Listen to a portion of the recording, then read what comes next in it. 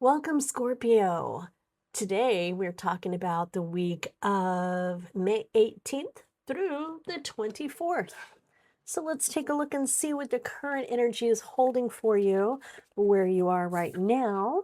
And that is, hey, look at you. You're a rock star. You have made it across the finish line. You've done a good job. Something that has been given to you, a task or something, and you've done so well. You have exceeded expectations, your own expectations. You didn't think you could do it, but you managed and you ended up doing very well. All right. Looks like there is some change coming though. You do have the World card here that has shown up, and that is usually a card of change, of the end of a cycle. So let's take a look and see what we've got going on for you here. So in the past, we have you presenting with the energy of the Ten of Wands. That is carrying a burden and just carrying and carrying it and carrying it and it never getting closer. The finish line just keeps getting moved.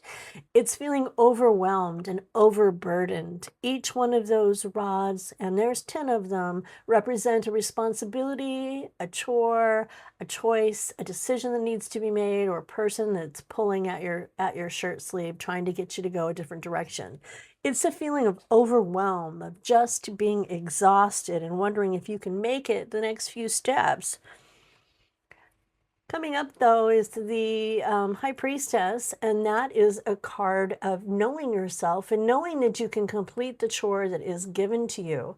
It's about intuition and following your gut and moving forward. And look, you made it. You did it. You worked hard. You used your intuition. You followed your gut, and you made it to the finish line, to the spot where things finally calmed down and settled. But as always, there's always that card of doubt, of fighting internally, of just struggling to get through, fighting things that really don't matter. I mean, it's straw, but we still feel like we have to to fight. Sometimes this card can be a card of picking your battles. Pick the ones that really do matter for you. The Page of Swords is also going to be about being curious and being restless and having a lot of questions that you still wonder about, leading you to the world, which is the end of a cycle. But look at all that growth on that tree. It's not like it's a dead end. This is a place where new growth is starting to come in and to take form. So you're in a good place. It's just been hard getting there. And it's been a lot of negative self-talk too. It's having that voice in your head saying, are you ready for this? Are you sure you're ready? You're not going to make it, yada, yada, yada, yada. Those voices just need to go away, don't they? Because they can wreak havoc on our soul. But take a look. Look at all the things that you have built. You have a family, a home, a life, people who love you. And when I say family, I don't necessarily mean a blood family, but you have people who care about you in the same way that a family does, cares about people. It's our chosen family. Those are the ones that are there because they want to be there. There is also always going to be a little competition, a little spitball throwing, a little arguing. Somebody's always got to test that water, don't they? See how far they can push you. And they're leaving you with the feeling of grief, of it hurts when they do that, when they poke at you like that. And being sad and feeling that is not a happy way to be living. Coming up, you're feeling a little bit like you are protecting yourself. This is the Four of Pentacles. It's being protective of money or situation or power, or being protective of yourself. Since this is going to be connected to the Eight of Swords, I'm going to use that word protective and say that you have been trying so very hard just to protect yourself from the negativity and to step up and be on higher ground. If we get the Seven of Wands, I'm going to not be surprised at all. The Five of Swords, the conflict does get a little bit bigger and a little bit harsher. The words that are said do become a little bit deeper. They will strike and draw blood. But Queen of Wands, you are able to sidestep that and be confident and create what you have in mind. You're able to inspire other people, and you take charge, and you're going to set all of this stuff down and let it just be somewhere else and not let it get into your mind or into your heart. You just have to walk away. And justice. Every action has a reaction. Every circumstance has an effect.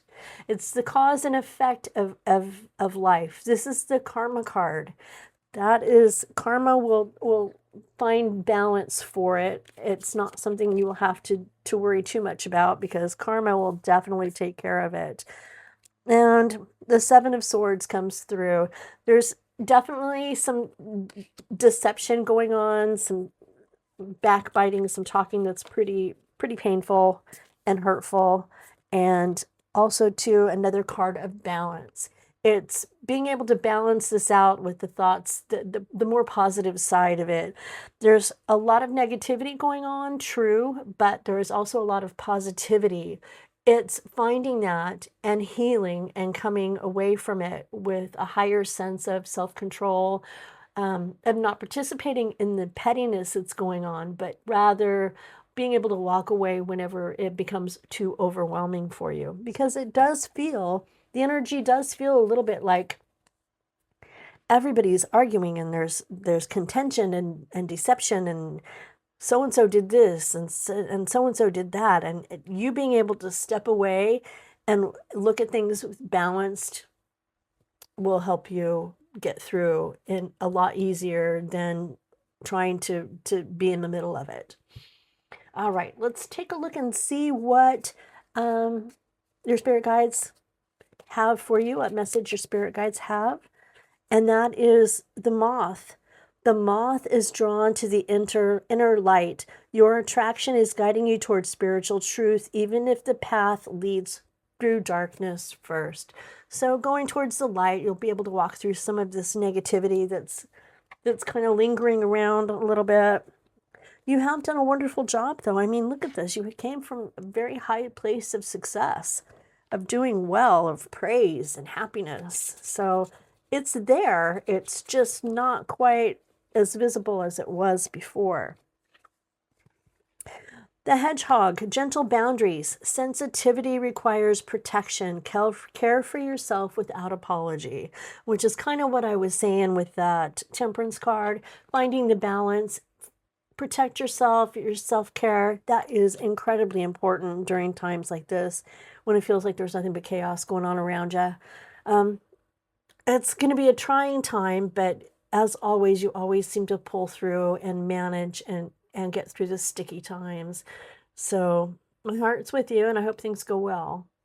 So thank you so much. I do appreciate you being here, and we will talk again really soon. If anything connected, please show me some love and encouragement, and hit the like or the subscribe button. And I'll be back in a couple of days.